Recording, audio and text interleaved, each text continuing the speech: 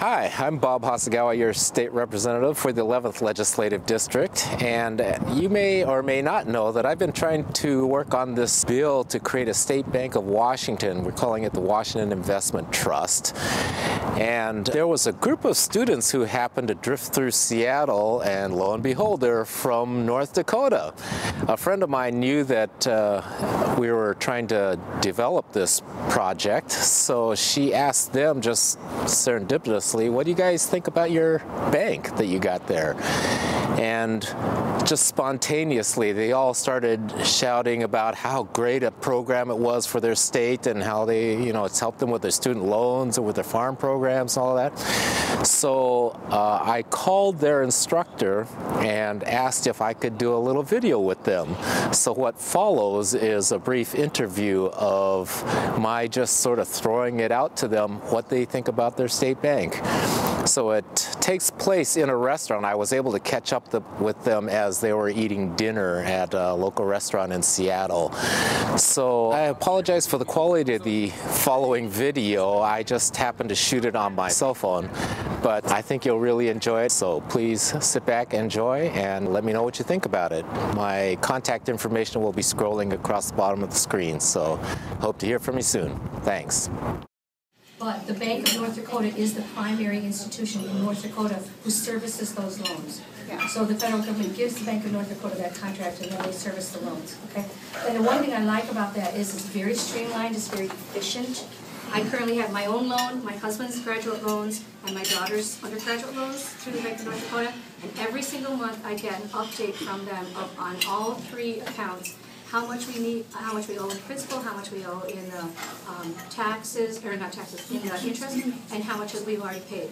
And they never fail. Every single month we get it. The other thing we were talking about this on the bus. The other thing is when we need to call them personally for a loan or for information on our loan, or if we have a problem with anything, they are very efficient and they're very personable. I talk to a real person. I don't talk to an answering machine.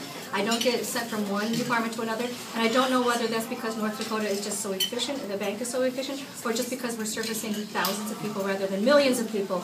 But it's very good. It's very well done. Oh, that's great. Just for your information, I went and visited North Dakota Bismarck a year ago to see how the bank operates, and I went through some of your archives that you have in the state, and I noticed that the NPL leader, nonpartisan leader, back in 1919, when they were running the campaign to create the Bank of North Dakota, they had a front page article about what Seattle has done. And so they were, in order to convince the people of North Dakota that it was a good thing for them, they showed the public port system here because the farmers here were having the same problems that farmers in North Dakota were having with shippers actually controlling access to the market. So we created the Port of Seattle here. We created our own big granary here. And it was really interesting to me that the nonpartisan leader was trying to use us as a model. So now we're using you as a model to try and teach us how to do things right. So I would love to, I know that North Dakota is doing real well because of that Bakken oil field. And that's part of the argument that detractors are using to say it's not the Bank of North Dakota, it's the oil. But the bank has been successful even before that. The oil field. It's been protecting farmers ever since it's been put up. 1919. Yeah. My husband and I had our farm loans from the Bank of North Dakota. You had farm loans from the Bank of North Dakota. Great. But yes, it's not just the oil; it's also the what do you call it? The agricultural that makes North Dakota successful. And they have diversified a lot in the last decade. And the high quality people that live there. I'm a politician. What can I say? So, how else has? I'll say my stepdad's a farmer, so he just takes out a huge loan every year for his planting and crops and everything, and he's always used the same bank, and he's just very close to the people there. So he knows them, they know him, and I think that's just a really tight thing they need, because that's a huge part of it, is he needs the capital to get ready for each planting season. Yeah. So does he bank with a community bank that goes in participation loans with the Bank of North Dakota? I'm not sure. I really have to talk to him on that, but I think it has something to do with that. Yeah. I know that the Bank of North Dakota works in cooperation with community banks because community banks service the community the best. So you all have the most diversified banking system in the United States. You have the fewest monolithic banks of Americas that suck up all the depositors, right? You've got the Bank of North Dakota working in cooperation with all the community banks. So it's really a good little local system there. So I think we have more local banks in our town than we have the national chain banks in our town. Yes. Yeah. Yeah. North Dakota is famous for that because of the Bank of North Dakota. I think it's good because one bank controlling like thousands of people rather than millions of people. One person controlling millions of people doesn't know what this person over here needs compared to this person. Yeah. So it's more focused. I think that's important. Yeah. But I know that the people from North Dakota benefit from it, because I think any profits and stuff go back to. It's like a community owned. Yeah.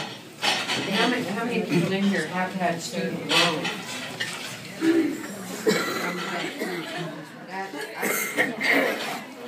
Speaks for itself, doesn't it? So it's all about education.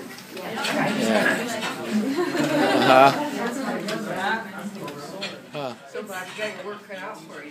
Thanks, Jan. Appreciate that. We were kind of talking about that as a not-for-profit kind of thing. Yeah, it is, but I know that it isn't not-for-profit, but if they do have a profit, I think it goes back in the general fund. They do make a profit. It's a profit making. Yeah, and then but it goes back into the state, so we as people. It's not lining some CEO's pocket. Exactly. It lines, it goes back in the general fund or for some kind of things that, I don't know exactly what they do, but I know that we as people from North Dakota benefit from it. I can tell you over the years, Bank North Dakota has returned about $500 million in profit back to the state general fund. You know, if you want to learn more about your own bank, Prairie Public TV did a documentary on it. So it's a really good little history of... We have to come to Seattle to learn about it. Well, I'll tell you, I've been working really hard on this for a few years now. So it was so exciting to me to get the opportunity to talk to people from North Dakota. So thank you for letting me do this. I really appreciate it.